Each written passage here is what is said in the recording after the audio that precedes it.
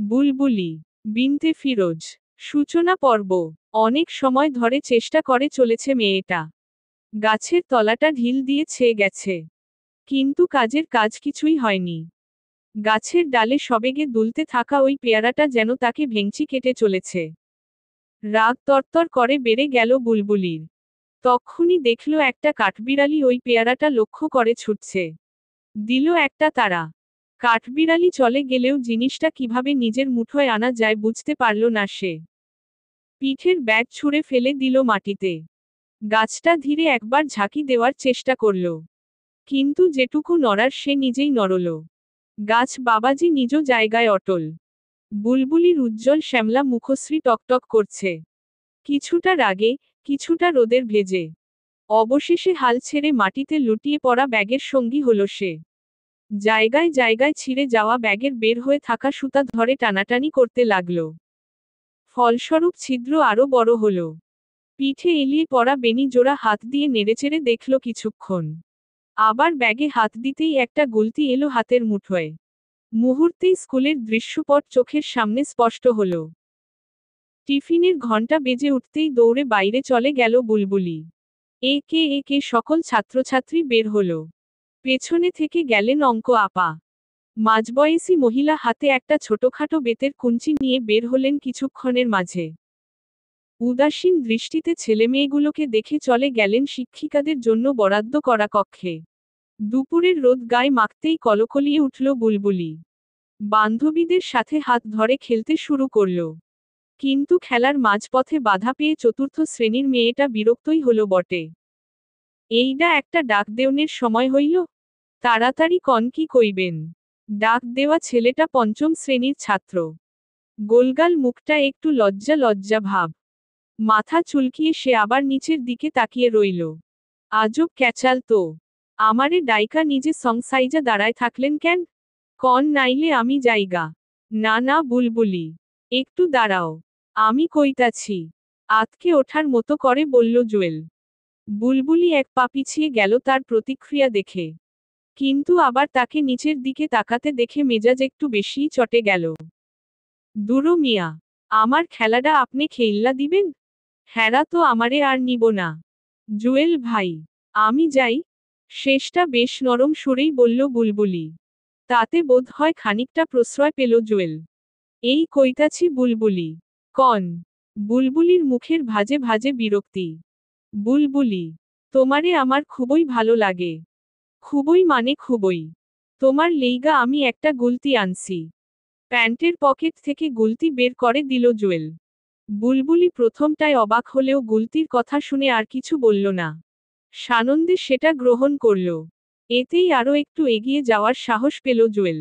বুলবুলি, তুমি আমার বউ হইবা? আব্বা আম্মা যেমন এক লগে থাহে আমরাও এমনে থাকুম। তুমগো বাড়ি তো কাছে, ইচ্ছা হইলেই যাইতে পারবা। বুলবুলি অপলক তাকিয়েছিল বুলবুলি। শেষটায় ক্ষিপ্ত কণ্ঠে বলল, বউ হমু আমি আপনের স্বপ্নে। এহ, শখ কত! আমার বউ হইবা বুলবুলি। আরেকদিন এমন কথা কইলে একদম হুজুরের কাছে যাইয়া বিচার দিমু কইলাম। দাঁড়ালো না বুলবুলি। কথার তুবড়ি ছুটিয়ে চলে গেল নিজের খেলায়। হুমকি শুনে জুয়েল দাঁড়িয়ে রইল হতভম্বের মতো। মক্তবের হুজুরের ধমকের কথা মনে হতেই আত্মা কেঁপে উঠল। এদিক সেদিকে কোনো কথা শুনলেই তিনি যে তাকে দেখে নেবেন সেটা বেশ ভালোভাবেই জানা আছে। তাই বুলবুলির পিছু নেওয়ার ইচ্ছে থাকলেও সেটা কিছু সময়ের জন্য বাদ দিতে হলো। স্কুল ছুটির পর ফেরার সময় বুলবুলিকে ধরল আমিনা। একটা বেনি টেনে ধরে বলল, আমার বউ হইবা বুলবুলি? মূলত তাদের কথার পুরোটাই শুনেছে আমিনা। তখন কিছু বলার সুযোগ না পেয়ে চুপ ছিল সে। কিন্তু আজন্ম সখীর মুখে এরূপ কথা শুনে রাগ করল বুলবুলি। তুই এডি হুনছস। ডাইনির ডাইনি। একটা দিতে পারলি না তার কানের গোড়াত? যত্ত সব। আরে রাগ করস কেন বুলবুলি? তরে কি সুন্দর কইরা কইল। আহা, আহা। তাইলে তুই যাইয়া ক, আমার বর হইবেন আপনি? দুম করে বুলবুলির পিঠে মারল আমিনা। খুনসুটির ভেতর দিয়ে বাকি পথ পাড়ি দেয় তারা। আমিনার বাড়ি আগে থাকায় সে চলে যায়। বুলবুলি যায় নিজ বাড়ির দিকে। কিন্তু রাস্তার ধারে থাকা পেয়ারা গাছের উঁচু ডালে ঝুলতে থাকা পেয়ারাটা তাকে আকর্ষণ করে নিয়ে যায়। গুলতিটা ব্যবহার করতে চায় বুলবুলি। উঠে দাঁড়িয়ে স্কুল ইউনিফর্মে লাগা ধুলোবালি ঝেড়ে ফেলে। বেছে বেছে একটা ঢিল নিয়ে গুলতি ঠিক করে। একটি পিছিয়ে বাম চোখ বন্ধ করে পেয়ারা বরাবর ঢিল ছুঁড়ে দেয়। সেটা ঠিকঠিক পেয়ারার গোড়া ছুঁয়ে দিতেই সেটা টুপ করে পড়ে যায়। ঢিলের গতি একটু কমলেও সেটা যায় গাছের পেছনে দিকের রাস্তায়। পড়বি তো পড় মালির ঘাড়ে। ওই রাস্তা দিয়ে আসতে থাকা এই পেয়ারা বাগানের মালিক জামাল ব্যাপারীর মাথায় যে লাগে। সঙ্গে সঙ্গে চিৎকার করে ওঠেন তিনি। এই কে রে, কই, ক্যাডায় এই কামডা করল? বজ্জাত পোলাপান, তরে আজগা পাইলে। হম্বিতম্বি শুনে পেয়ারা ছেড়ে দেয় বুলবুলি। মাত্রই সেটা হাতে নিয়েছিল সে। কিন্তু জামাল ব্যাপারীকে আসতে দেখে এবং তার কথা শুনে ভয় কেঁপে ওঠে মেয়েটা। ব্যাগ হাতে দৌড় দেয়। ঊর্ধ্বশ্বাসে ছুটতে ছুটতে বলে, ও আল্লাহ রে! প্রায় 4 মিনিট দৌড়ানোর পর নিজের বাড়িতে ঢুকল বুলবুলি।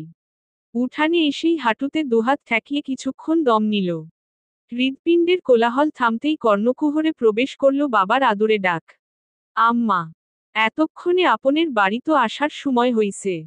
সোজা হয়ে দাঁড়ায় বুলবুলি। বাবার স্নেহমাখা ডাক বুকের ভেতর কেমন এক বাতাস বইয়ে দেয়। হৃদয়ের ধুকপুকানি কমে যায় ধীরে ধীরে। ছুটে যেয়ে বাবার কোমর পেঁচিয়ে ধরে বুলবুলি। তুমি কোন সময় আইসো আব্বা? বাড়ি তো তাড়াতাড়ি আইলা তাইলে কেন আমার স্কুলে গেলা না? মেয়ের মুখে হাত বুলিয়ে দেন জসিম মিয়া। বুলবুলির 2 বেনি থেকে কিছু চুল বেরিয়ে এসেছে। মুখের রঙে ক্লান্তিভাব স্পষ্ট। তবুও মেয়েটার গলায় তার লেশমাত্র নেই। সুখ অনুভব করেন জসিম মিয়া। স্রষ্টা তাকে কত বড় নিয়ামত দিয়েছেন। ক্যাবলি আইলাম আম্মা। খাই নাই অখনো। তোমার লেইগা বইসা ছিলাম। চলো খাইয়া নেই। শুরু হইয়া গেছে না? এই তর ব্যাগ এমন হইছে কেমনে? এই গুলতি কই থেইকা পাইছিস আগে কইয়া নে। তর এই স্বভাব যাইব কবে ক আগে। অমানুষ বানাইতাসি আমি। তর বাপে তরে খাউন দেয় না?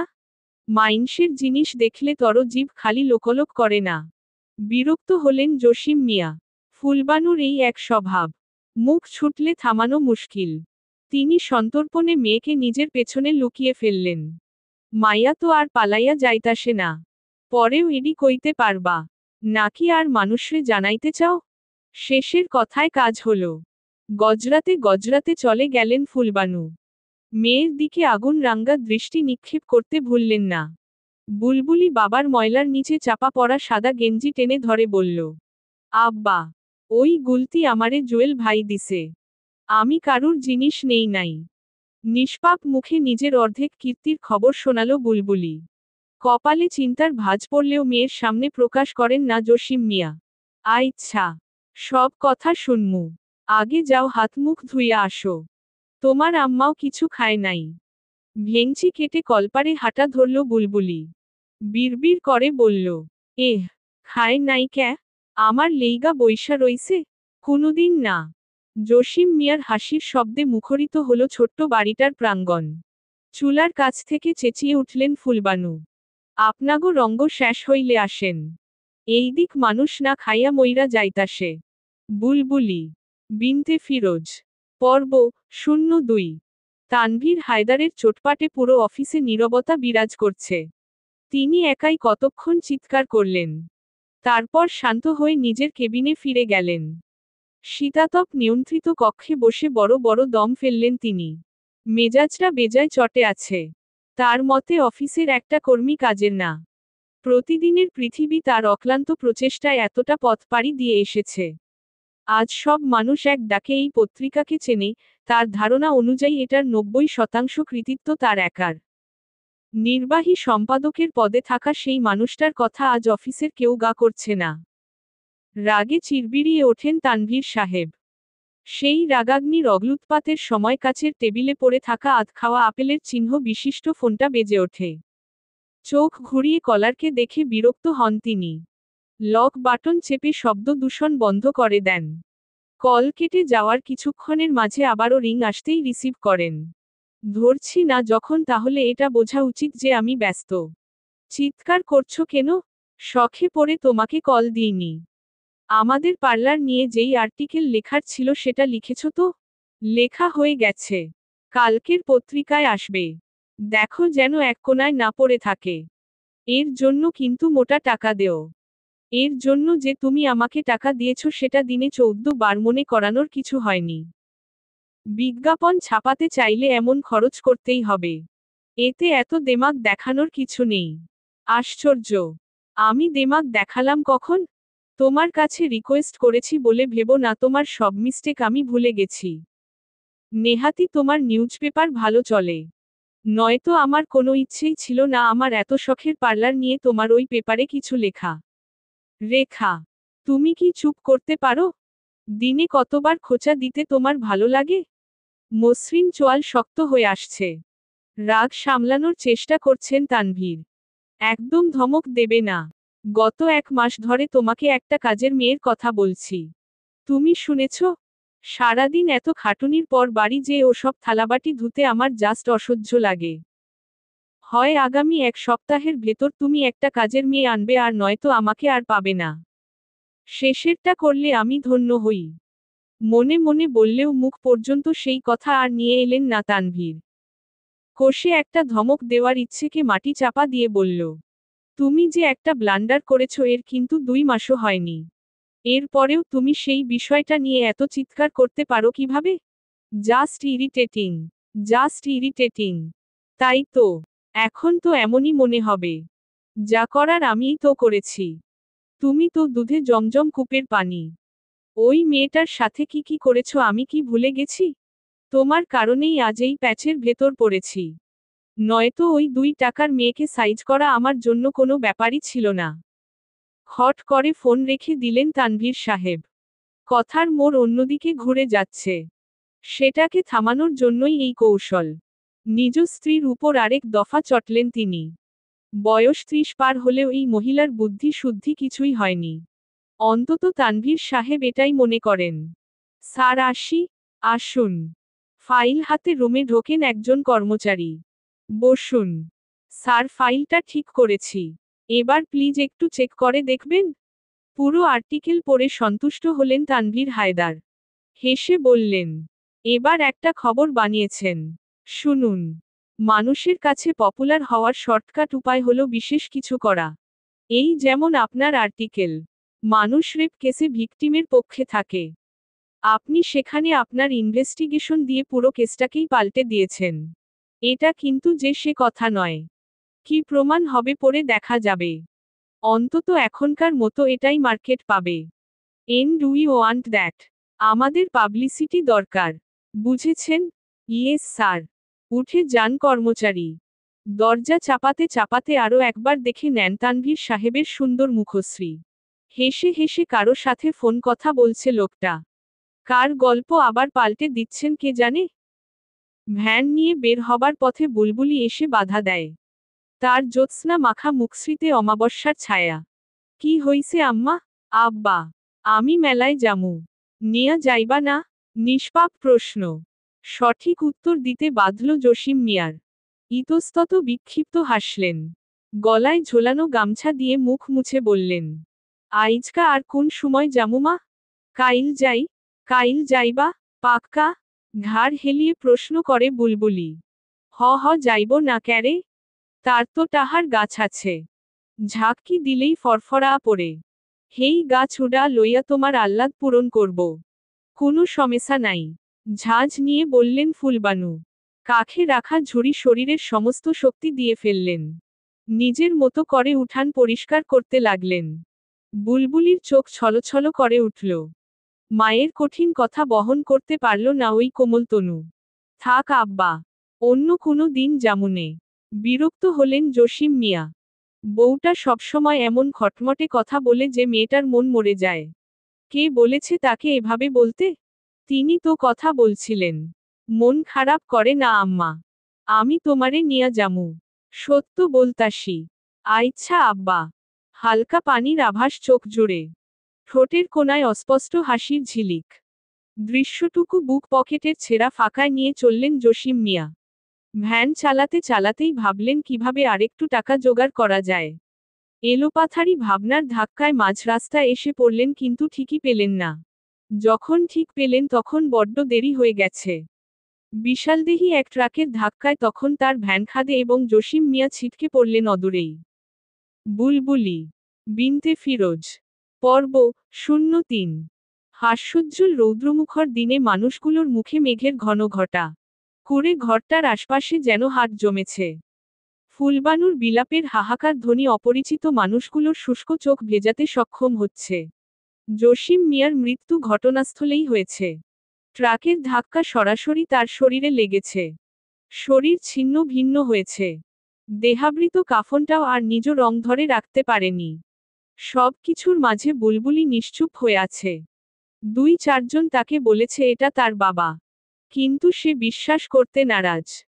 জসিম মিয়া কিছু সময় আগেই বলে গেলেন তাকে মেলায় নিয়ে যাবার কথা। তাহলে এর মাঝেই এসব কোন ধরনের মশকরা? বুঝে পায় না বুলবুলি। আর লাশটার আছেই বাকি দেখার মতো। ছিন্ন ভিন্ন শরীর এক করে কাপড়ে ঢেকে রেখেছে। মানুষ এলেও তার ধারে কাছে খুব কম জনেই যাচ্ছে। এত ভয়ঙ্কর দেহ দেখার মতো মানসিক শক্তি সবার নেই। কি শুরু করলা ফুলবানু? এমনে আছড়াইলে কোনো কাম হইব না। আল্লায় নারাজ হইব বইন। এমনে কাইন্দ না। মাইয়াডার মুখটা একটু দেহ। নাক মুখ ঢেকে রাখা একটা মহিলা ফুলবানুকে বোঝাতে লাগলেন। কিছুক্ষণ চেষ্টার পর ব্যর্থ হলে মহিলাদের ভিড় ছেড়ে বাইরে এলেন। একটু দূরেই দণ্ডায়মান স্বামীর কাছে যেয়ে বললেন, বুলবুলির মায় তো কিছু হুনে না। আপনি একটু বুলবুলিরে ডাকেন না কেন? হ্যারে ডাইকা আমি কি কইতাম? একটু বুঝান। হ্যার বাপে যে মরছে এইডা হ্যায় বুঝতে পারতাছে না। বাপের লেইগা দোয়া করতে কন। মার কাছে যাইতে কন। এই ডিও আমার কইয়া দেউন লাগবো? বিরক্ত হলেন মহিলা। এই বুদ্ধি নিয়ে ইমামতি করে কিভাবে লোকটা কে জানে। কিন্তু তার কথা শুনে তিনি দাঁড়ালেন না। এক বাচ্চাকে দিয়ে ভিড়ের ভেতর থেকে বুলবুলিকে নিয়ে আসলেন। তখনও বাতাসে ভাসছে ফুলবানুর চিৎকার। ও আল্লাহ আমার কি হইল গো? আমারে ছাইরা আপনি কই গেলেন গো? আল্লাহ তুমি এইডা কি করলা? ইমাম হুজুরকে ভয় করে চলে বুলবুলি। লোকটা ভালো কিন্তু চটে গেলে খবর করে ছাড়ে। মক্তবে পড়া শেখার সময় বেয়াদবি করলে তার শাস্তি থেকে কেউ রেহাই পেত না। সেই জন্যই তো জুয়েলকে তার নাম করে ভয় দেখিয়েছে। কিন্তু আজ যখন তিনি নিজে ডেকেছেন ভয়ে ভেতরে ভেতরে শুকিয়ে এতটুকুন হয়েছে বুলবুলি। হিসাব অনুযায়ী শাস্তি পাবার মতো কিছুই করেনি সে। আম্মা, আপনি কি জানেন আপনার মা এমনে কান্তাসে কেন? সবাই বলতাসে আব্বা মইরা গেছে। এর লেইগা। সবাই বলতাসে। আপনি জানেন না? আব্বা তো বাইরে গেছে। মইরা যাইব কেন? কাইল আব্বা আমারে মেলায় নিয়া যাইতে চাইছে। ইমাম সাহেব বুঝতে পারলেন না এমন নিষ্পাপ সরলতার বিপরীতে কি করে জগতের কঠিন সত্যের বাণী তাকে শোনাবেন। আম্মা, আইজ বিকালে আপনের আব্বায় টিরাকের সঙ্গে ধাক্কা খাইছেন। দুর্ঘটনা খুবই ভয়াবহ ছিল। সেই জায়গাতেই তার মরণ হইছে। আপনার আব্বায় আর বাইচা নাই। ওইখানে তার লাশ শুইয়া রইছে। বুলবুলির মাথায় হাত বুলিয়ে বললেন ইমাম সাহেব। অনুভূতিহীন চোখে তাকিয়ে রইল বুলবুলি। আব্বা নেই। বিষয়টা ভাবতেই মাথা কাজ করা বন্ধ করে দিল। আব্বা কোথায়? সে কি সেখানে যেতে পারবে? আব্বার কাছে? আমি তাইলে কি করমু? বুকটা হু হু কর উঠল ইমাম সাহেবের। কি জবাব দেবেন হাতড়াতে লাগলেন। নরম সুরে বললেন, আল্লাহর কাছে দোয়া করেন আম্মা। আল্লাহ জানি আপনের বাপের গুনাহ মাপ কইরা দেয়। আর আপনের মার কাছে যান। এমন কইরা কানলে আপনের আব্বার কষ্ট হইব। এইডা তারে বুঝান। ঘুরে দাঁড়ালো বুলবুলি। দৃষ্টির সীমানায় দেখতে পেল জুয়েলকে। তার পাশেই পেয়ারা বাগানের মালিক, জামাল ব্যাপারী। তিনি এগিয়ে এলেন। রুক্ষ চেহারা দিয়ে আড়াল করে রাখা কোমল সত্তার প্রকাশ ঘটল। মেয়েটাকে এগিয়ে নিয়ে গেলেন বাবার লাশের কাছে। বিনা বাক্যে গেল বুলবুলি। কাফনের কাপড় সরাতেই নিজ পিতার মুখশ্রী তার ভেতরটাকে নাড়িয়ে দিল। চঞ্চলা হরিণীর মতো মেয়েটা শান্ত হল নিমেষে। চোখের মণিজোড়া স্থির হল। এক সময় কেউ এসে তাকে মায়ের পাশে বসিয়ে দিল। ফুলবানু তাকে টেনে নিলেন নিজের বুকে। তখনও তার বিলাপ থামেনি। পাশ থেকে চাচি সম্পর্কিত মহিলাটা তখন সান্ত্বনার ভঙ্গিতে বলছেন, কাইন্দেন না ভাবি। যেই আল্লাহ নিছে হেই আল্লাহ দেখব। আপনি গো চিন্তা কিয়ের? বুলবুলির চাচায় আছে না? সব জায়গা জমি তো অখন আমগই। মানে বুলবুলির চাচায় সব দেইখা রাখব। আপনি গো দেখব। আর কাইন্দেন না ভাবি। ক্রন্দনরতা ফুলবানুর কানে কথার অল্পই ঢুকল, তার চেয়েও কম ঢুকল তার মাথায়। কিন্তু আশপাশে থাকা মহিলারা বিষয়টা বুঝতে সময় নিলেন না। সারা মাস খোঁজ না নিতে আসা ছোট ভাই ব্রাদারি হক নিয়ে হাজির হয়েছে। ভালোই। কারো সর্বনাশ তো কারো পৌষ মাস। বাদ মাগরিব জসিম মিয়ার জানাজা এবং দাফন সম্পন্ন হল। সবাই চলে এলেও লোকচক্ষুর আড়ালে থেকে গেল বুলবুলি। সদ্য বানানো মাটির ঢিবির ভেজা কণার দিকে তাকিয়ে রইল। এখনো সেখানে মানুষের হাতের ছাপ স্পষ্ট। হুট করে অভিমানে মনটা চেয়ে গেল। আব্বা কিভাবে তাকে ফেলে রেখে চলে গেল?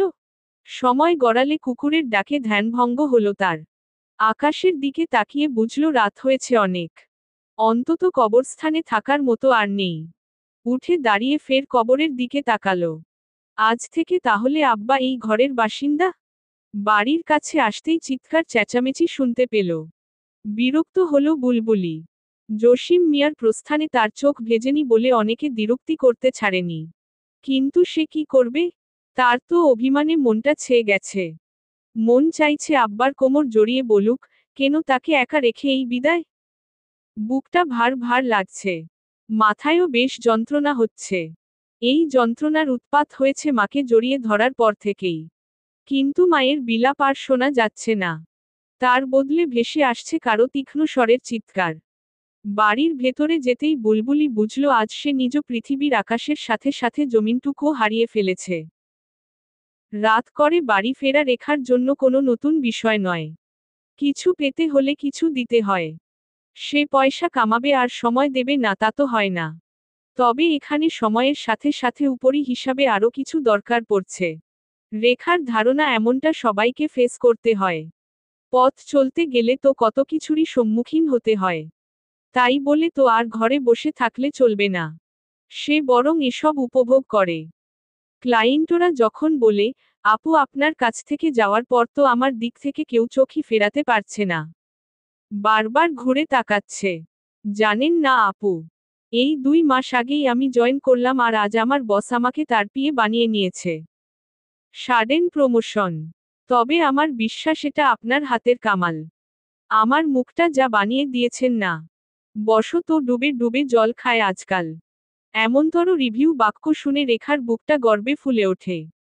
নারীর লুকানো সৌন্দর্য ফুটিয়ে তুলতে তার যত কসরত। সৌন্দর্যের অবহেলা সে সহ্য করতে পারে না। কেন মেয়েদের এত কোমল সৌন্দর্য ঘরের 4 দেয়ালে মাঝে অপচয় হবে? বিশ্ব দেখুক কি আছে নারীর কাছে। নিজ বুঝো তাকে এগিয়ে নিয়েছ অনেকখানি। আজ সে অনেকের আইডল, অনেকের স্বপ্নের রানী। তবে দুঃখের বিষয় তানভীরটাই তাকে বুঝল না। বুঝবে কি করে? অফিসের পিএটা তো চোখে ঠুলি পরিয়ে রেখেছে।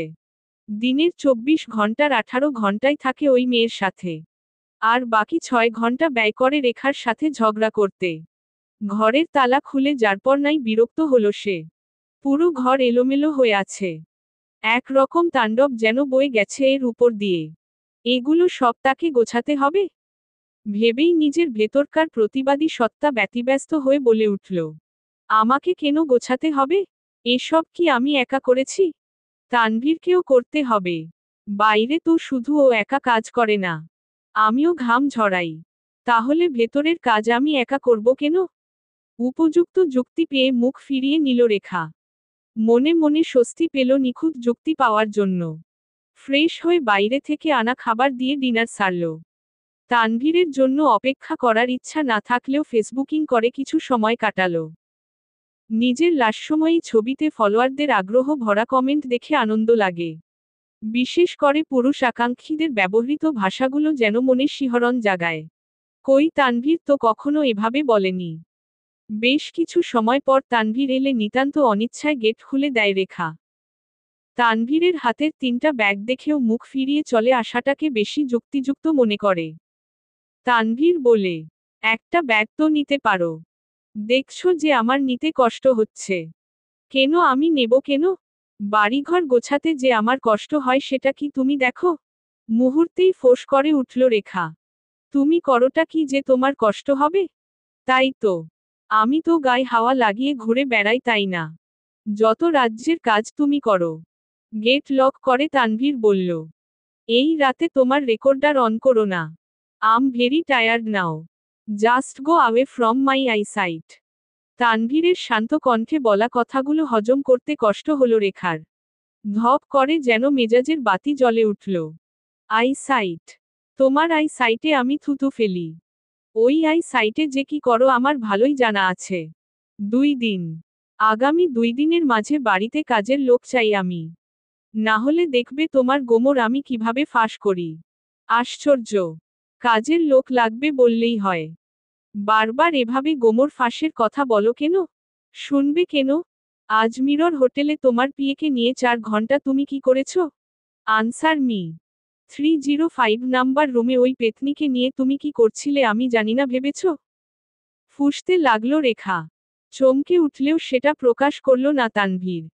শান্ত কণ্ঠে বলল। আজকাল আমার উপর নজরদারিও রাখতে শুরু করেছ? বাহ, ইন্টারেস্টিং। কিন্তু একটু ভালো করে নজরদারি রেখো। আমার সাথে শুধু পিয়ে না আরও 3 জন ছিল। ওরা পরে এসেছে। পুরো ইনফরমেশন কালেক্ট না করে যদি নিউজ টেলিকাস্ট করো তাহলে তো মুশকিল। দাঁড়ালো না তানভীর। কোন রকমে কথা শেষ করে ওয়াশরুমে যেয়ে আশ্রয় নিল। মিথ্যু এটা শক্ত ছিল না। রেখার হাত থেকে নিস্তার পেতেই এই টেকনিক। রেখাকে কিছুটা চিন্তিত মনে হলো। হোটেলের রিসেপশনিস্ট তার নিয়মিত ক্লায়েন্ট। মেয়েটা তাকে অর্ধেক ইনফরমেশন দিল কেন? তার হিসেব গোলমাল লাগছে। সমীকরণ না মিলিয়েই চিৎকার করল সে। আমার কাজের লোক 2 দিনের মধ্যেই চাই। ব্যবস্থা করছি। ওয়াশরুম থেকেই চিৎকার করল তানভীর। রেখাকে ঠান্ডা রাখতে হলে আপাতত তার সাথে তাল দিয়ে চলতে হবে। সেটাই করবে তানভীর। বুলবুলির ছোট চাচা ধুরন্ধর মানুষ। বড় ভাইয়ের দাফন হতে না হতেই সম্পত্তির কথা উঠিয়েছে সে। ফুলবানু শোকের আবহে থাকলেও মেয়ের চিন্তা তার মাথায় ছিল। বেঁচে থাকার এই শেষ অবলম্বনকে কি করে ভুলবেন তিনি? তাই দেবরের কথায় নড়ে উঠলেন। কথার ভাজেই বুঝলেন তার সুযোগসন্ধানী মনের অস্তিত্ব। মেয়ের ভাগের এক রত্তি সম্পত্তিটুকুর দিকে তার নজর পড়েছে। ভাবি আমি তো আপনে গো ভালা চাই তাই না? ভাইয়ের মাইয়া তো আমারই মাইয়া। তাই বলতাসি ধানি জমিটা আপনি আমার নামে লিখা দেন। আপনারও লাভ বুলবুলিরও লাভ। বুলবুলির লাভ আপনার না দেখলেও চলব। আমার মাইয়া নিয়া আমি যা পারি করুম। এইডা তো কিছু হইল না ভাবি। আপনি একা মাইয়া মানুষ। কত দিক দেখতে হয়। আপনি পারবেন না। না পারলে লোক রাখমু। ফুলবানুর শান্ত উত্তর। বাড়ির মানু থাকতে আপনি লোক রাখবেন ভাবি? হ্যারে কি আপনার বিশ্বাস লাগে না? বুলবুলির চাচি কথা বলল। আশপাশে মানুষ কমতে শুরু করেছে। মুরুব্বি গোছের মানুষেরা আগেই প্রস্থান নিয়েছে। যার ফলে কথা বলতে ভাবতে হচ্ছে না বুলবুলির চাচাকে। যার ফলে কথার তুবড়ি ছুটিয়ে দিলেন তিনি। সেটা সহ্য হলো না সদ্য বৈধব্য বরণ করে নেওয়া ফুলবানুর। শোকের আবহ থেকেই তাকে জবাব দিতে হলো। কিন্তু চরিত্রে আঘাত হেনে কথা বললে তিনি ঠিক থাকতে পারলেন না। বুলবুলির চাচা এবং চাচির অনবরত কথার হুল তাকে বিদ্ধ করল। এক পর্যায়ে বড় বড় করে শ্বাস নিতে হলো তাকে। আর তার পরপরই হেলে পড়লেন তিনি। আশপাশের মানুষ এতক্ষণ চুপ থাকলেও এবার ফুলবানুর কাছে ছুটে এলো। রাত্রির আধারের মাঝেই ডাক্তারের কাছে ছুটল এক প্রতিবেশী। সময়ের ব্যবধানে ডাক্তার এলেও পাস্ট পার্টিসিপল টেন্সের উদাহরণকে সত্যি করে দিয়ে ডাক্তার আসার পূর্বেই রোগী মারা গেল। বুলবুলি তার আসমান, জমিন দুইই হারালো। বুলবুলি বিনতে ফিরোজ। পর্ব 04। রক্ত মাংসে গড়া পাথরকে কি বলা যায় ভেবে পেলেন না ভদ্র মহিলা। একটু আগে যাকে উপদেশ দিচ্ছিলেন মাকে সামলানোর জন্য এখন মন চাইছে তাকে বুকে নিয়ে কাঁদতে। মায়ের লাশের সামনে বুলবুলি স্রেফ একটা পাথরের মতো বসে আছে। বাবা হারানোর দিন পেরোয়নি। এর মাঝে তাকে নিঃস্ব করে দূরদেশে পাড়ি দিয়েছে মা। বুলবুলি জানে না দূরদেশ কতটা দূরে। ঠিক কতটা পথ অতিক্রম করলে বাবা মাকে এক ঝলক দেখা যাবে সে জানে না। আর রাখা ঠিক হইব না। হুজুর, মাটি দেওনের ব্যবস্থা করেন। চোখের কোলে জমে থাকা অশ্রু মুছে বলল বুলবুলির চাচি। মুখে শোকের ভাব ধরে রাখা বেজায় মুশকিল হচ্ছে। বুলবুলির চাচা সেটা পারছিল না বলেই তাকে ঠেলেঠুলে পাঠিয়ে দিয়েছে বাড়ির বাইরে। সম্পত্তি নিজেদের হওয়ার আনন্দ এখন প্রকাশ করা যাবে না। অন্তত 2-3 দিন দুঃখ মুখে নিয়ে থাকতে হবে। নড়েচড়ে বসলেন ইমাম হুজুর। এক পলক বুলবুলি দেখে চোখ নামিয়ে নিলেন। কি হলে ওই অবুঝ শিশুকে সান্ত্বনা দেবেন বুঝতে পারলেন না। দীর্ঘশ্বাস ফেলে এগিয়ে গেলেন কবরস্থানের দিকে। রাতটুকু পার করতে চেয়েছিলেন। বুলবুলির চাচা বলে গেল লাশ বেশিক্ষণ রাখা উচিত না। এই মধ্য রাতেই ফুলবানুর শেষ বিদায়ের বাহন তৈরি করতে হবে। জামাল ব্যাপারী এগিয়ে এসে মৃদু ধাক্কা দিল বুলবুলিকে। বাষ্পরুদ্ধ কণ্ঠ বলল, কি রে কান্দোস না ক্যা? কান। গলা ফাটা কান। নির্বিকারে চেয়ে রইল বুলবুলি। মাথায় এক ধরনের ভোঁতা যন্ত্রণা বোধ হচ্ছে। কানে কেমন চিচি শব্দ করছে। শ্বাস নিতেও যে কষ্ট হচ্ছে এটা এতক্ষণে বুঝল সে। কি অদ্ভুত। একটুও কথা বলতে মন চাইছে না। মুখ বুজে সরে গেল জামাল ব্যাপারী। একবার বলতে চাইল, বুলবুলি, তরে ওই মগডালের পেয়ারাডা দিমু। একটু কান মা। বলতে পারল না। সব জায়গায় সবাই সবকিছু বলতে পারে না। চাচির কোলে থাকা বুলবুলিকে এটা বলা তার জন্য অনধিকার চর্চা করা হবে। লোক চক্ষে অতি দরদি খেতাব পেতে হবে। কিছুক্ষণের মাঝেই বড়ই পাতায় গোসল হলো ফুলবানুর। তার চূড়ান্ত যাত্রার জন্য সকল প্রস্তুতি গ্রহণ করা হলো। কেউ একজন বুলবুলিকে বলল, মায়ের মুখটা দেইখা নে বুলবুলি। আর কেউ নাই তর। বুলবুলির কানে শুধু শেষটুকুই বাজতে লাগল। আর কেউ নাই তর, আর কেউ নাই তর। খালি বাড়িতে বুলবুলিকে থাকতে হয়নি। চাচা নিজ গরজে তাকে নিজের বাড়িতে নিয়ে এসেছে। যত্ন করে 3 বেলা খাইয়েছে। ঠিক 3 দিনের মাথায় চেয়ারম্যানের উপস্থিতিতে বুলবুলির সকল সম্পত্তির দায়িত্ব নিজের কাঁধে নিয়েছে। এই স্বার্থের দুনিয়ায় এমন কাজ কে করে? পথে দাঁড়াতেই বিরক্ত বোধ করল তানভীর। গ্রামের আবহাওয়া তার বরাবরই অপছন্দের। আজকে অফিস মিস দিয়ে গ্রামে আসার শুধু একটাই কারণ। কোনোভাবেই উদ্দেশ্য সফল না করে শহরে ফেরা যাবে না। নয়তো রেখার সেই ক্যাচ ক্যাচ। আর ভালো লাগে না এসব। সোজা ঢুকলেন চেয়ারম্যানের বাড়িতে। সারা বাড়িতে যেন উৎসব লেগে গেল। চেয়ারম্যান পারলে নিজের চেয়ার উঠিয়ে এনে দেন। এই তানভীর হায়দারের সাহায্যেই তার বহু পুরনো কীর্তি মাটিচাপা পড়েছে। আজ সেখানে গাছ হয়ে ডালপালা গজিয়েছে এবং সেটা সন্তর্পণে লোকচক্ষুর আড়ালে রেখেছে তানভীর। বিনিময়ে তিনি মাঝে মাঝে 2-1 কাপ চা খান। এমন মহান লোককে কিভাবে আপ্যায়ন না করেন তিনি? স্যার, আপনি আসবেন আমারে বললে আমিই যাইতাম আপনারে নিয়ে আসতে। নিয়ে আর কি আসবে? আমি তো গাড়ি নিয়েই এসেছি। লজ্জিত হাসলেন চেয়ারম্যান। গলা খাকারি দিয়ে বললেন, স্যার হঠাৎ? মানে আপনের অফিসে গেছিলাম।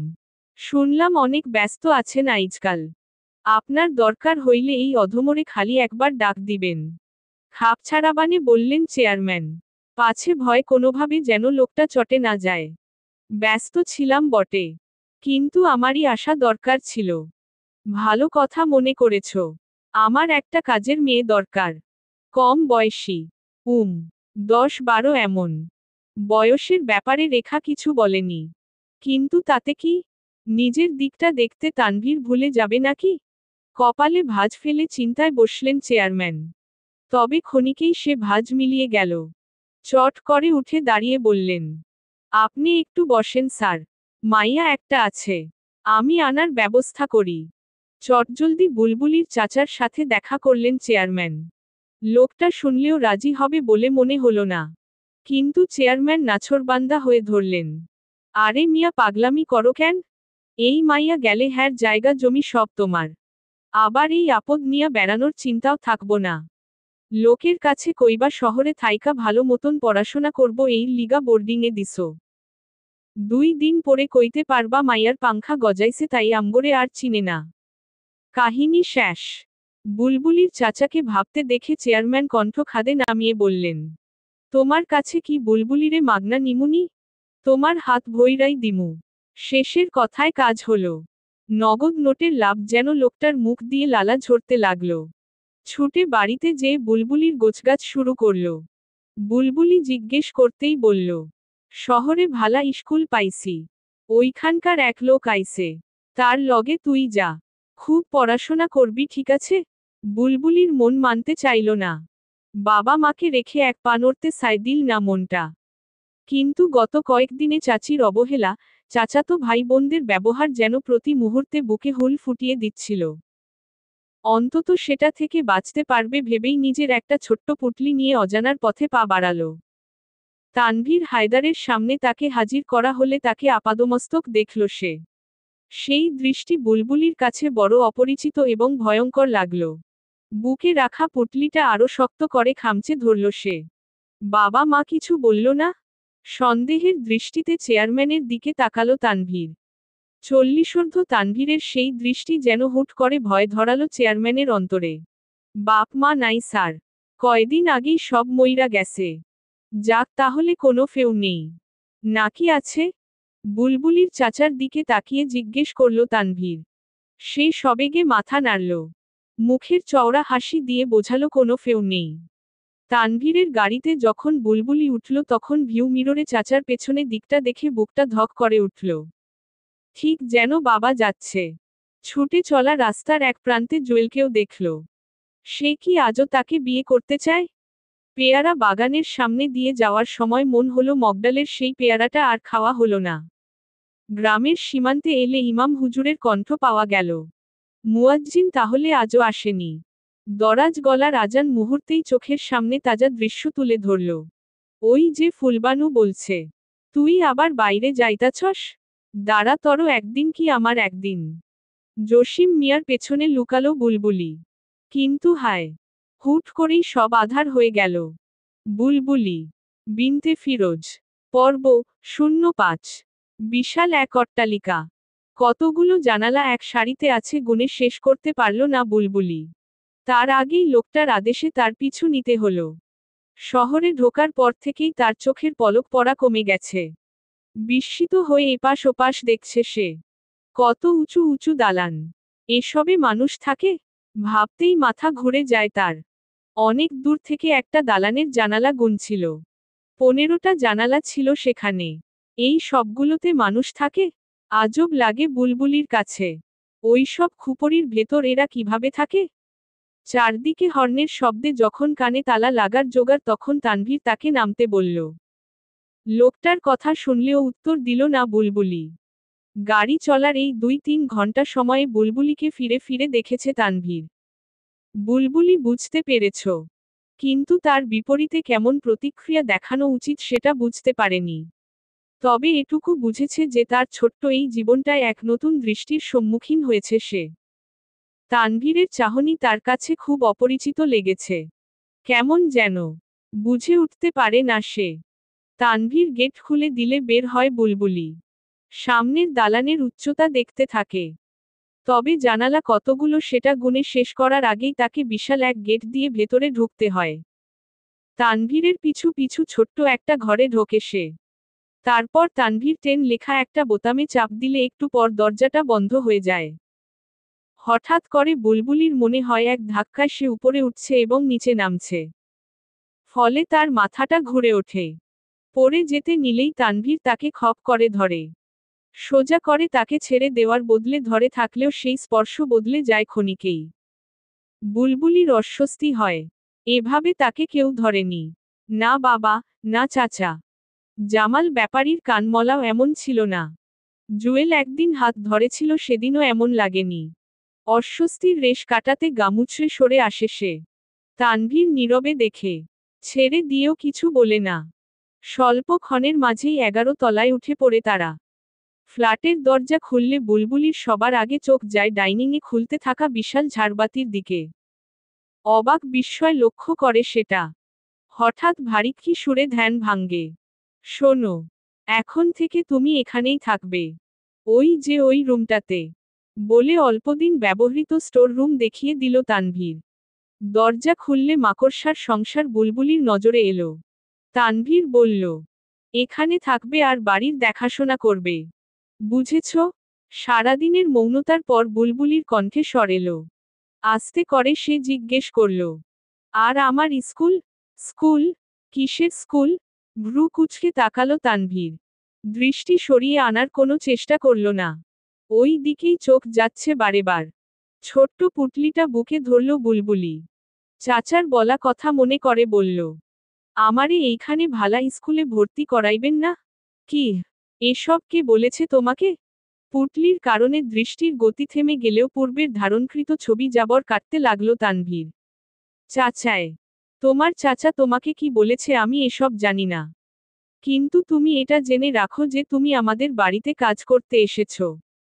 কাজের লোক হয়ে, বুঝেছ? বিরক্ত হয়ে বলে নিজের ঘরে গেল তানভীর। আজ সারাদিনে না হয়েছে শরীরের আরাম, না হয়েছে চোখের আরাম। গ্রামের মহিলাগুলো এখনো এমন করে চলে যে চোখের শান্তির উপায় নেই। না, এখনো ওদের কাছে স্বাধীনতার স্লোগান পৌঁছেনি। শরীরকে আরাম দিতে হলে এখন সীমাকে দরকার। মেয়েটা তার পিয়ে। ওর ভাইটাল স্ট্যাটিস্টিক দেখলেই চোখের আরাম পায় তানভীর। সেটা যেহেতু এখন সম্ভব না, তাই হাতের মুঠোর ফোনটাকেই কাজে লাগাতে হবে। এখানে বিচরণ করতে কোনো বাধা নেই। আর মন মানছে না। বজ্রাহতের মতো দাঁড়িয়ে রইল বুলবুলি। হাতের বাঁধন ঢিল হয়ে কখন যে পুটলিটা পড়ে গেছে ঠিকই পেল না সে। তার মাথায় তখন ঘুরছে তানভীরের কথা। সে এখানে কাজের লোক হিসেবে এসেছে? চাচা তাকে মিথ্যে বলেছে? বুক কাঁপিয়ে কান্না এলো বুলবুলির। হালকা স্বাস্থ্যের মেয়েটা ধপ করে বসে পড়ল ফ্লোরে। বহুতল ভবনের উঁচু জায়গায়, দামি ঝাড়বাতির নিচে বসে জীবনের নতুন অনুভূতি উপভোগ করল বুলবুলি। রাত ৮টার দিকে দরজার শব্দে হাঁটু থেকে মুখ তুলল বুলবুলি। তানভীর তাকে রেখে বেরিয়েছে সেই বিকেলে। বাইরে থেকে দরজা তালা দিয়ে গেছে। সন্ধ্যা হতে শুরু করলে ভয় পেতে লাগলো বুলবুলি। নীরব ফ্ল্যাটে আধার তাকে ভীত করে তুলল। নিজের জন্য বরাদ্দকৃত ধুলোমলিন ঘরে হাঁটুতে মুখ গুজে পড়ে রইল। উপরে ঝুঁকে থাকা মাকড়সার দল থেকে থেকে বুলবুলির পিঠের কাঁপুনি দেখতে পেল। বুলবুলি যে কাঁদছে এটা কি তারা বুঝল? কে জানে? দরজার শব্দে ভয় কমার বদলে বাড়ল। কে এসেছে বুঝল না বুলবুলি। কিন্তু একটু পরেই দরাম করে স্টোররুমের দরজা খুলে গেলে মুখ তুলে তাকিয়েই জোরসর হয়ে গেল সে। রেখা দাঁড়িয়ে আছে দাম্ভিক ভঙ্গিতে। তানভীর একটা কাজের লোক আনবে বলেছিল। এই কে সেই? তাই মন হচ্ছে। এবার তাহলে একটা ছোট মেয়ে ধরে এনেছে। যাক, এও শান্তি। আগের মেয়েটার যদিও ১৫ বছর বয়স ছিল, তবুও সে। ভাবনায় রাশ টেনে বুলবুলির দিকে তাকিয়ে রেখা বলল, কি নাম তোর? বুলবুলি। নামটুকু বলতে বেশ কষ্ট হলো। নামের কি বাহার। যাক, তোকে যে জন্যে আনা হয়েছে সেই কাজের নমুনা কই? বুলবুলি বুঝল না তাকে কি বলা হচ্ছে। অপলক তাকিয়ে রইল। রেখা খেকিয়ে উঠল। ওরকম করে তাকিয়ে আছিস কেন? তোকে কি এমনি এমনি ভাত দেব? ঘরের কাজ কে করবে? শোন, আজকে বলে দিচ্ছি, রোজ রোজ যেন বলতে না হয়। আমি চলে যাওয়ার আগেই সকালের নাস্তা বানাবি আর যাওয়ার পর দুপুরের খাবার। রাতের খাবার সন্ধ্যার সময় রান্না করবি যেন গরম থাকে। ঘরবাড়ি সব গুছিয়ে রাখবি আর জিনিসপত্র এদিক সেদিকে হলে তোর খবর খারাপ আছে। দাঁড়ালো না রেখা। এক নিঃশ্বাসে সব বলে চলে গেল।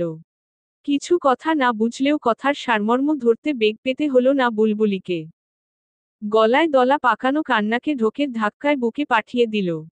বুকের ভার তার ওজন বাড়াতে লাগলো ক্ষণে ক্ষণে। ২ দিন যেতেই এদের নিয়ম ধরতে পারল বুলবুলি। রেখা বেরিয়ে যায় সকাল ৮টায়, তবে তার ফেরার ঠিক ঠিকানা নেই। তানভীর বের হয় ১০টার দিকে। সেও মন মর্জি মতো ঘরে ফেরে। নিত্য ঝগড়া করা এদের রুটিন। দেখা হলে দেই যে শুরু হয় পরদিন সকাল পর্যন্ত সেটা চলতে থাকে। বুলবুলি স্মৃতি হাতড়ে এমন দিন পায় না যখন মা বাবাকে এমন ঝগড়া করতে দেখেছে। কাজের প্রথম দিন রেখা রান্নার বিষয়ে বুঝিয়ে দিয়েছিল। পাশের ফ্ল্যাটের বুয়াকে ডেকে এনে বিভিন্ন রকম মেশিন ব্যবহার করা শিখিয়েছে। বুয়া মহিলাটা যাওয়ার আগে বুলবুলির মাথায় হাত বুলিয়ে দিয়েছে। কথা না বললেও বুলবুলি বুঝল এই ধারার স্পর্শ তার বড় চেনা। তার শুকনো মরুভূমিতে ওই স্পর্শ এক পশলা বৃষ্টির মতো ছিল। রান্নার হাতেখড়ি মায়ের কাছে হলেও ভারী রান্না তাকে করতে হয়নি। টুকটাক করে প্রথম দিন চালালে রেখা ধমক দিয়ে মেনু বলে দিল। কিন্তু সেদিনই একটা অঘটন ঘটালো বুলবুলি। আনাড়ি হাতে ব্লেন্ডার মেশিন ব্যবহার করতে যে কাচের জার ভেঙে ফেলল। বাড়ি ফিরে অবস্থা দেখে রেখা তার নতুন রূপ প্রকাশ করল। স্টোর রুম থেকে একটা লোহার লাঠি জাতীয় জিনিস এনে গুনে গুনে 5বার সর্বশক্তি দিয়ে বুলবুলির পিঠে আঘাত করল। প্রথমবার গলা ফাটিয়ে চিৎকার করলে রেখার শক্তি যেন আরো বাড়ল। 2বার ব্যাপারটা ঘটলে দাঁত দিয়ে ঠোঁট কামড়ে ধরে রাখল বুলবুলি। ঠোঁট ফেটে রক্ত বের হলো। ব্যথার চোটে কলজেটা বেরিয়ে আসতে চাইল। সাদা রঙের ফ্রকটা পিঠের কাছে ছোপ ছোপ লাল দাগে ভরে গেল। রাত হলে অভুক্ত পেট নিয়ে উপুর হয়ে শুয়ে পড়ল বুলবুলি। ঝুলন্ত মাকড়সার বাড়ির দিকে তাকিয়ে বিড়বিড় করে বলল, মা, আব্বা। বুলবুলি বিনতে ফিরোজ। পর্ব 06। মেয়েটার দাঁড়ানোর ভঙ্গি চট করে রাগিয়ে দিল তানভীরকে। ক্যামেরাম্যানকে এক ধাক্কায় সরিয়ে দিয়ে জোরে ধমক দিল সে। তোমাকে আমি এজন্য এখানে এনেছি? বজ্রকণ্ঠের ধমকে বাস্তবিকই চমকে উঠল 21 বছর বয়সী তরুণী। তাকিয়ে রইল তানভীরের দিকে। সেই দৃষ্টি দেখে তানভীর বুঝল একটা ভুল কাজ হয়ে গেছে। শ্বাস ছেড়ে চোখ বন্ধ করে নিজেকে সামলে নিল। অতঃপর নরম কণ্ঠে মেয়েটাকে বলল, তুমি যে কত সুন্দর একটা মেয়ে সে সম্পর্কে কি তোমার কোনো ধারণা আছে? তোমার সৌন্দর্যের লেভেল সম্পর্কে যদি তুমি জানতে তাহলে নিজেকে এভাবে পচতে দিতে না। এতদিন পার করে যাও বা ঠিক পথে এলে তাও কৌশল জানলে না। এমনভাবে নিজেকে উপস্থাপন করো যেন তোমার সৌন্দর্যে সবাই কুপোকাত হয়ে যায়। বুঝতে পেরেছ? নরম স্বরে, কণ্ঠে সুধা মিশিয়ে বলল তানভীর। তার এক একটা কথা যেন তরঙ্গায়িত সুরের ন্যায় বাজল মেয়েটার কানে। নিজ সৌন্দর্য সম্পর্কে এমন উক্তি শুনে গর্বে বুকটা ভরে গেল। এক অসীম সুখে ভাসতে লাগল সে। মেয়েটার মুখ দেখেই তানভীর বুঝল কাজ হয়ে গেছে। ফিরতি পথে সীমাকে লক্ষ্য করে ইশারা করল। তার ইশারা বুঝতে সময় লাগল না সীমার। এগিয়ে যে মেয়েটার গলায় প্যাঁচানো ওড়না সরিয়ে দিল। রিবন করা চুলগুলো সরিয়ে সুপ্ত সৌন্দর্য প্রকাশে লেগে পড়ল। হাত পায়ের লাস্যময়ী ভঙ্গিমা ক্যামেরার চকচকে ডিসপ্লেতে অন্যরকম লাগল। ক্যামেরাম্যানের অপলক চাহনিতে মেয়েটা বুঝল বাস্তবিকই তার সৌন্দর্যের প্রকাশ ঘটেছে। পত্রিকার এক বিজ্ঞাপনের জন্য একজন মডেল দরকার ছিল। এরকম কাজের জন্য তানভীর বরাবরই মেয়েদের পছন্দ করো। মুখে বলে লেডিস ফার্স্ট। নারীর সৌন্দর্যের কাছে অন্য যেকোনো সৌন্দর্য নস্যি। সেই সৌন্দর্যকে পুঁজি করে যদি একটু কামাই করা যায় তাতে ক্ষতি কি? সে তো আর কাউকে ধরে বেঁধে আনছে না। তবে মেয়েটাকে চোখে লেগেছে। আজকে একবার লাঞ্চ অফার করবে। মনে হয় না নির্বাহী সম্পাদককে রিজেক্ট করবে সে। তারপরের ঘটনা কোন দিকে মোড় নেবে সেটা তানভীরের মুড বলবে। রহস্যময় হাসি খেলে গেল তানভীরের চেহারায়। জ্বর তপ্ত শরীর নিয়ে টেবিল সাজালো বুলবুলি। শহরে আসার মাস পেরিয়েছে। তবে তার অভিজ্ঞতার ঝুলিতে এই ছোট্ট খুপরির 4 দেয়াল সীমাবদ্ধ। নিত্য এক রুটিনে চলছে তার জীবন। সকাল বেলা রান্না করা। সেটা অবশ্য রুটি বা হালকা কিছু উপর দিয়ে যায় বলে বাঁচা। নয়তো দুপুর বা রাতের রান্নার সময় প্রায় দিনই কিছু না কিছু ভুল করে সে। ফলস্বরূপ নিজ শরীরটাকে রেখার হাতে তুলে দিতে হয়। যতক্ষণ ইচ্ছে সেটার সাথে নিজের মন মর্জি মতো ব্যবহার করে ক্ষান্ত হয় রেখা। বুলবুলির উজ্জ্বল শ্যামলা গায়ের রং আরও কিছুটা উজ্জ্বল হয়েছে। ঘাড়ে, পিঠের দাগগুলো তাই জ্বলজ্বল করে। তবে এখানে আসার কিছু দিনের মাথায় রেখা তাকে 3 পিস পরার নির্দেশ দিয়েছে। সেসব বুলবুলির নেই জানালে নিজ উদ্যোগেই তাকে কতগুলো 3 পিস কিনে দিয়েছে রেখা। আজকাল সেটার ওড়না দিয়েই নিজেকে ঢেকে রাখে বুলবুলি। নিজের শরীরের বৃদ্ধি বুঝতে পারে সে। সাথে সাথে বুঝতে পারে তানভীরের দৃষ্টির লক্ষ্য। যবে থেকে বুঝতে পেরেছে তবে থেকেই নিজেকে আড়াল করতে শুরু করেছে বুলবুলি। এমন দৃষ্টির সামনে নিজেকে খোলা ছেড়ে দেওয়ার মতো বোকা সে নয়। গেস্ট রুমের ছোট ব্যালকনিটায় যে দাঁড়ালো বুলবুলি। 11 তলার এই বারান্দা থেকে যেন পুরো শহরটা দেখা যায়। চারদিক তাকিয়ে একটুখানি সবুজ খোঁজে বুলবুলি। তার আজন্ম নীড় পায় না। একটু সবুজের কি অভাব। নিজের জন্য বরাদ্দকৃত রুমে যায় বুলবুলি। তার বোল বন্ধ হয়েছে মায়ের প্রস্থানের সাথে সাথেই। বকা দেওয়ার মানুষটা নেই, ঝগড়া করার জন্য সেই বুলবুলিও নেই। তার ডাক থেমে গেছে। তবে বুক ভার লাগলে বারান্দায় দাঁড়িয়ে থাকে কোনো পাখির আশায়। নয়তো নিজের ঘরের ঝুলন্ত মাকড়সার সাথে কথা বলে। এটা সেটা কত কিছু। গেট খোলার শব্দ ধ্যান ভাঙলে ভাবতে বসে বুলবুলি। এই মুহূর্তে কে এলো? এখন তো কেউ আসে না। দরজার ফাঁকা দিয়ে মাথা বের করে দেখল তানভীর এসেছে, সাথে একটা মেয়ে। সাথে না বলে কাছে বলা উচিত। তানভীরের হাত মেয়েটার কোমরে। মেয়েটার হাসি মাখা মুখী বলে দিচ্ছে সে স্বেচ্ছায় এসেছে। অবাক হলো বুলবুলি। তানভীরের চরিত্র আঁচ করতে পারলেও কোনো মেয়ে যে স্বেচ্ছায় এভাবে কোনো পুরুষের সাথে আসতে পারে সেটা বুলবুলির ধারণার বাইরে ছিল। তানভীর দেখার আগেই চট করে ভেতরে ঢুকে দরজা লাগিয়ে দিল বুলবুলি। মেয়ে হিসেবে প্রকৃতিগতভাবেই বেশ কিছু জিনিস তার বুঝে এসে গেছে। 11 বছর বয়সের মেয়েটা ইতোমধ্যেই পৃথিবীর নরম চাদর দিয়ে ঢাকা শক্ত অংশ দেখে ফেলেছে। কিছু সময়ের ব্যবধানেই পাশের রুম থেকে আগত শব্দে নড়ে ওঠে বুলবুলি। কেমন এক চিৎকার শুনতে পায়। পরপরই তানভীরের গলা। আস্তে আস্তে সেটাও থেমে যায়। কুলকুল করে ঘামতে থেকে বুলবুলি। তার মন বলছে কিছু একটা ঠিক নেই। বুলবুলি বিনতে ফিরোজ। পর্ব 07। ঘর ঝাড়ু দেওয়ার উদ্দেশ্যে রুম থেকে বের হয়েছিল বুলবুলি। সেই সময় তানভীর এবং মেয়েটাও বের হয়।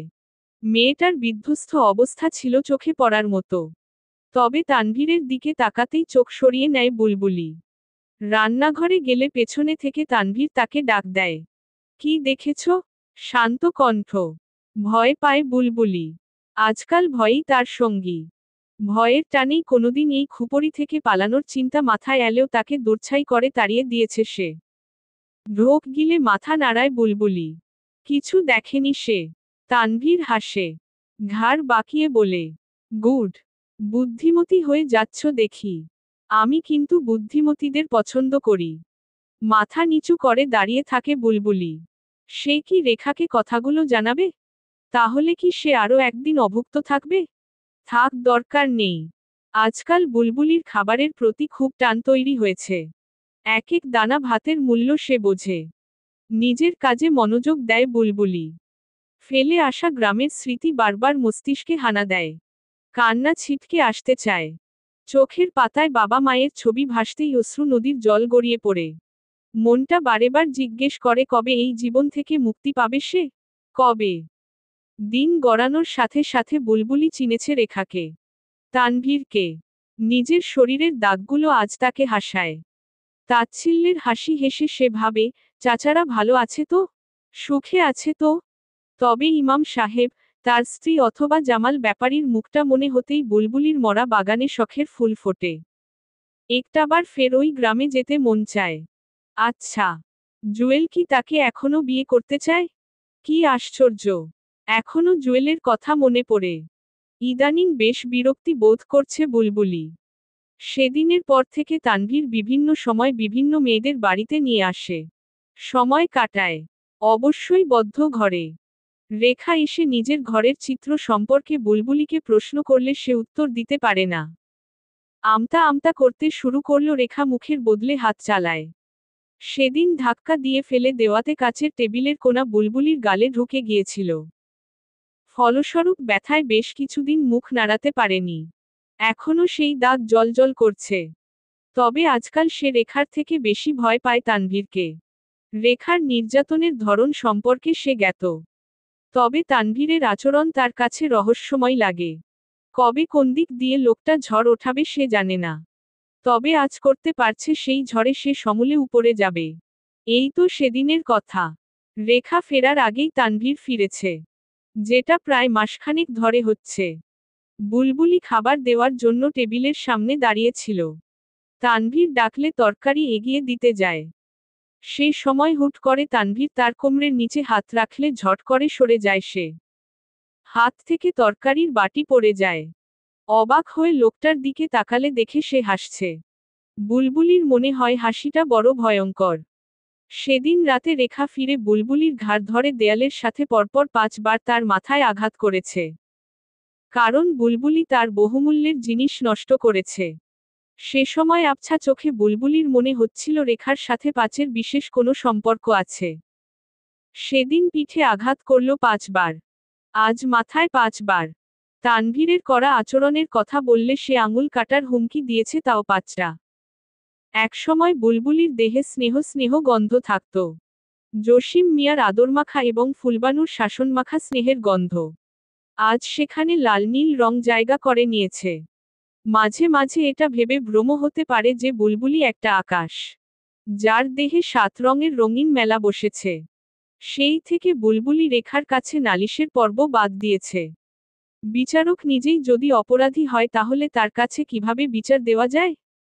তার নিজের বিচার কে করবে? রেখাকে অপরাধী বলার যথেষ্ট কারণ বুলবুলি কাছে বিদ্যমান। তানভীরের অনুপস্থিতিতে বাড়িতে যতটা সময় রেখা থাকে ততটা সময় ব্যয় করে মোবাইলের পেছনে। প্রায় সময়ই কারো সাথে কথা বলে। বেশিরভাগ কথা বুলবুলি বুঝতে পারে। বয়স যুগ হতে যাওয়া মেয়েটা বোঝে সেটা কোনো সাধারণ ফোনালাপ নয়। বদ্ধ ঘরে থেকেও যেন সে রেখার বাহিরের জগৎ বুঝতে পারে। অনুভূতিহীন মেয়েটার হৃদয়ে এই দম্পতির প্রতি ঘৃণা জন্ম নেয়। ঘড়ির কাটা সময় জানালে বুলবুলির ধ্যান ভাঙ্গে। আজকাল সে বেশিরভাগ সময় ব্যয় করে ভাবনা চিন্তা করে। বুকে কথার পাহাড় জমলে মাকড়সার জাল ভরা ঘরটায় সিজদায় নুয়ে পড়ে। ইমাম সাহেব বলেছিলেন কথা বলার সবচেয়ে শ্রেষ্ঠ জায়গা নাকি সিজদা। এখানে নাকি আল্লাহ বান্দার সব কথা শোনেন। বুলবুলিও বলে, এদিক সেদিকে কত কথা। সে জানে না ছেঁড়া জায়নামাজটা ঠিকমতো ডাকপিয়নের কাজ করে নাকি। রাত 11টা বাজলে ভয় পায় বুলবুলি। এখনো তানভীর বা রেখা কেউই আসেনি। দুজন যেন দুজনের প্রতিযোগী। একজন একদিন দেরি করলে অপরজনের পরদিন আরও দেরি করা চাই। কেউ কারো শাসন বারণ মানতে চায় না। কি অদ্ভুত সম্পর্ক। ব্যালকনি থেকে নিজের রুমে যায়। গা থেকে ওড়না খসিয়ে ছোট্ট জানালাটার ধারে বসে। গরম ৮০ সময়টাতে তার ঘরে কোনো ফ্যান নেই। রেখা বলেছে এই জানালা দিয়ে নাকি হুড়হুড় করে বাতাস আসে। বুলবুলির ফ্যানের কোনো দরকারই হবে না। অবশ্য রেখা না দিলে সে কখনো নিজ থেকে চাইতো না। সেই অধিকার তার নেই। এক পৃথিবীতে থেকে বাতাসের সমুদ্র থেকে একটু বাতাস চাওয়ার অধিকার তার নেই। চোখটা লেগে এসেছিল বুলবুলির। ঘুমের মাঝে সে স্বপ্ন দেখল তার গায়ে এক বিশাল টিকটিকি। অস্বস্তি ভরে সেটা ফেলে দিতে চাইলে যেন আরো ঝাপটে ধরল। অক্সিজেনের কমতি অনুভব করলে বড় করে শ্বাস নিতে শুরু করল সে। শরীরের সর্বোচ্চ শক্তি দিয়ে চেষ্টা করল টিকটিকিটাকে সরিয়ে দিতে। তখনই ভয়ঙ্কর এক চড়ে তার ঘুম ভেঙে গেল। জানালা দিয়ে ভেসে আসা আলোতে ঘুম ভাঙ্গা চোখে হিংস্র তানভীরকে দেখতে পেল বুলবুলি। মুহূর্তেই ভয় যেন তাকে আষ্টেপৃষ্ঠে বেঁধে ফেলল। তোতলাতে শুরু করল সে। আপনি এইখানে কেন? সেটা জানতে হলে আমাকে আমার কাজ করতে দিতে হবে। এত মোচড়ামুচড়ি করলে তো চলবে না বুলবুলি।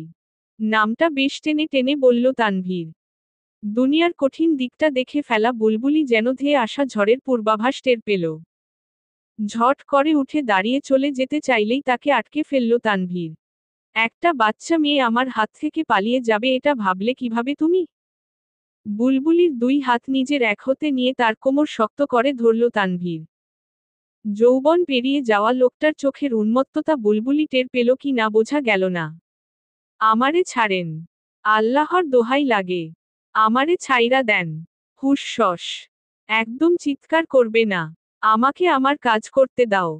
না হলে তোমার সাথে কি হবে ভাবতেও পারছো না। রাতের নিস্তব্ধতায় তানভীরের কণ্ঠ অদ্ভুত শান্ত শোনাল। শেষ পরিণতি হিসেবে মৃত্যুর হিসেব কষে বুলবুলি বুঝতে পারল সে এটার অপেক্ষাতেই ছিল। তানভীরের হাত থেকে বাঁচতে হলে যদি মৃত্যুকে বরণ করে নিতে হয় তাহলে তাই সই।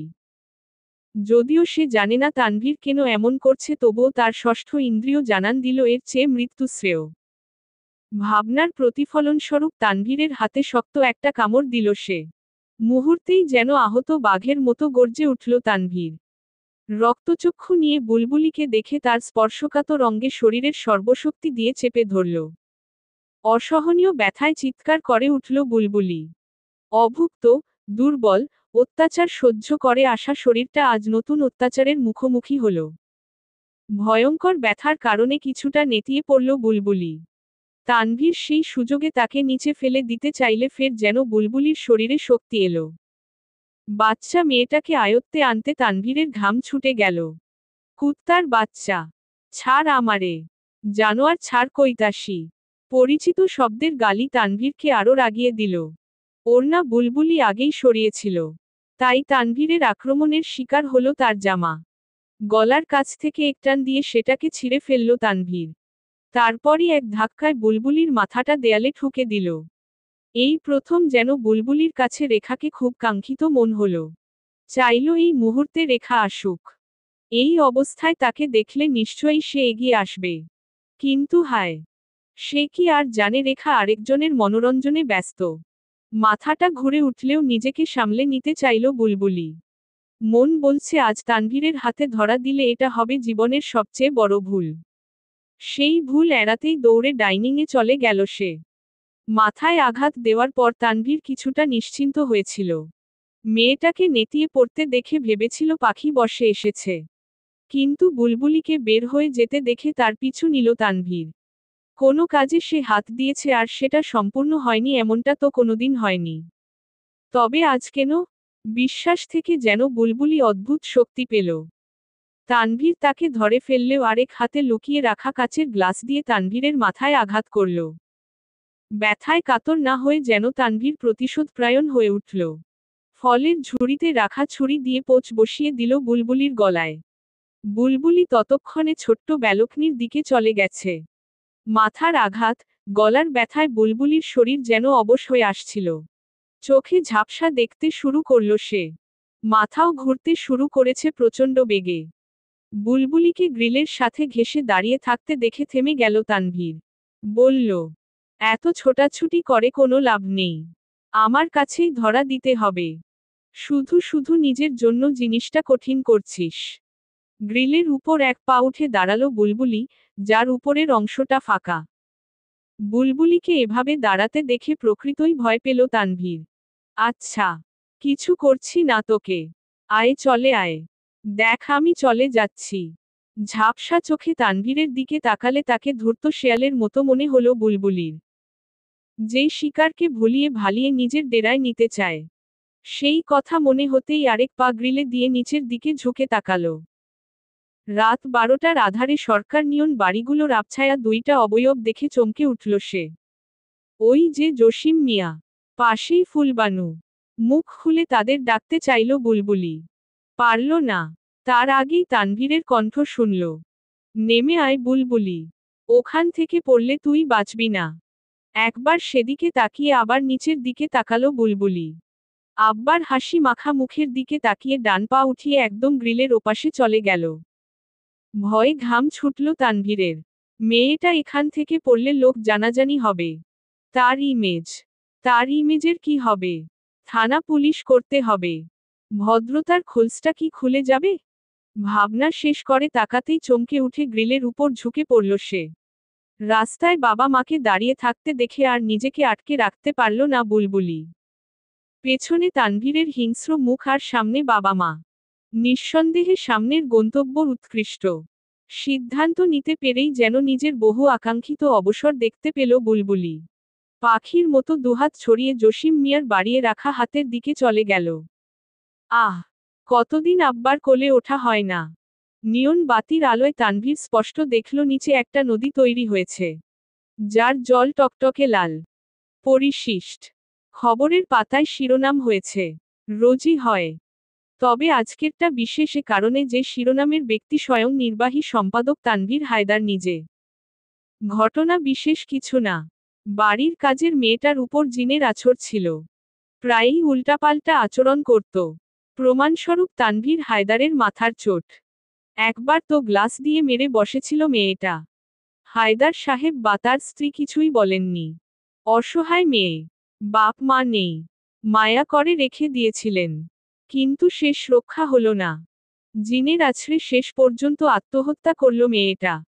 বিষয়টা নিশ্চিত করেছে তানভীর হায়দার এবং তার স্ত্রী রেখা হায়দার। মেয়েটার দেহে বেশ কিছু আঘাতের চিহ্ন পাওয়া গেছে। সে নাকি মাঝে মাঝেই নিজেকে আঘাত করত। বোঝা যাচ্ছে জিনটা অনেক অত্যাচারী ছিল। কি আঘাতটাই না করেছে মেয়েটাকে। কয়েক মাস আগে এমনই আরেক অসহায় মেয়েকে নিজ বাড়িতে জায়গা দিয়েছিলেন হায়দার দম্পতি। কিন্তু সেই মেয়েটাও তাদের মায়া বোঝেনি। কি মনে করে পালিয়ে গেল সেটা আজও রহস্য। কাচের দরজা ঠেলে ঢুকতে গেল এক তরুণ কর্মচারী। শুনতে পেল নির্বাহী সম্পাদক তানভীর হায়দার কাউকে হাসিমুখে বলছে, আমার একটা কাজের লোকের ব্যবস্থা করে দিতে হবে। ওয়াইফের বাড়িতে অনেক কষ্ট হয়। সমাপ্ত।